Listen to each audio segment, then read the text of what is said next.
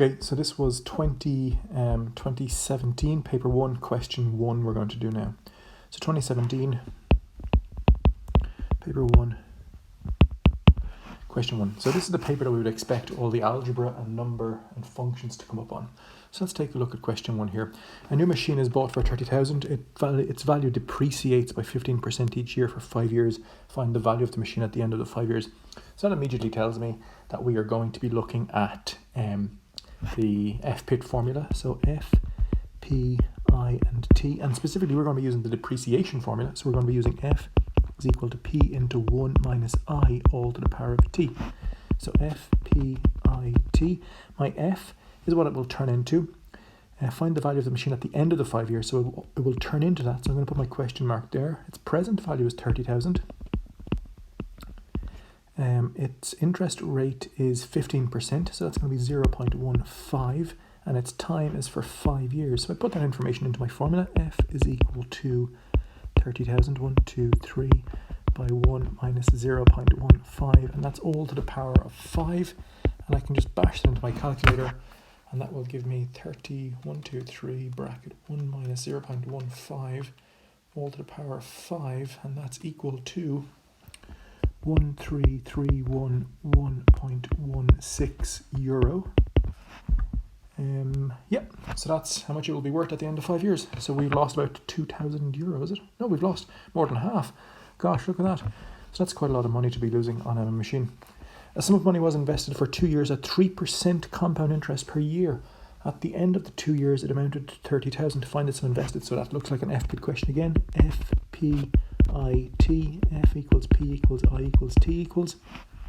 And we're going to be using the formula of compound interest. So it's going to be F is equal to P by 1 plus I all to the power of T. A sum of money was invested for 2 years. That's what a question mark is. A sum we're not quite sure what that sum was. At 3%, so that's going to be interest rate. So that's 0.03. It turns into 30,000 in the future. And its time was for 2 years. So we go 30,000 is equal to P by 1 plus 0.03 all to the power of 2. I can put this thing here into my calculator. So I'll put that in now and see what that turns into. 1 plus 0.03 equals, and then it's all squared equals. So that's 30,000 is equal to 1.0609p.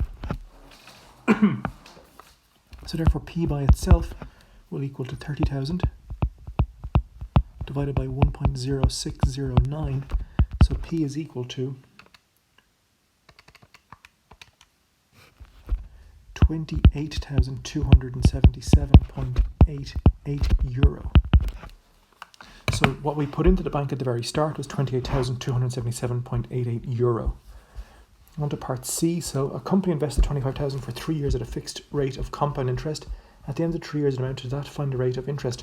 So again, that looks like an FPIT question. F, P, I, T. F equals P equals I equals T equals.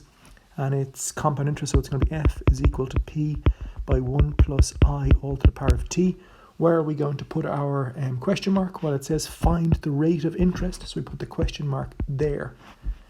A company invested 25,000, so that's what it started out at. So that's the present value. And it turned into 26,530.20, and the time was 3 years. So we then fill that information into our formula. So we get 26530.2 is equal to 25123. 1 plus I all to the power of 3. I can get rid of the 25,000 by dividing it first. Is equal to 26530.2 all to the power of 25000. So not all to the power, but divided by. So that's going to equal 26530.2 divided by 25123 equals 1.061208. You're better off taking loads of decimal places because we have this cube up here. So to get rid of this cube, we're going to take the cube root of the other side.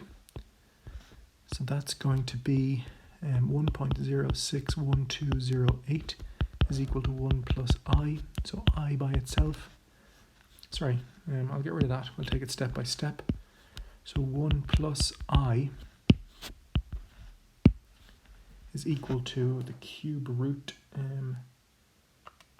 of answer, which is equal to SD, which is 1.02. So I by itself is equal to 1.02 minus 1.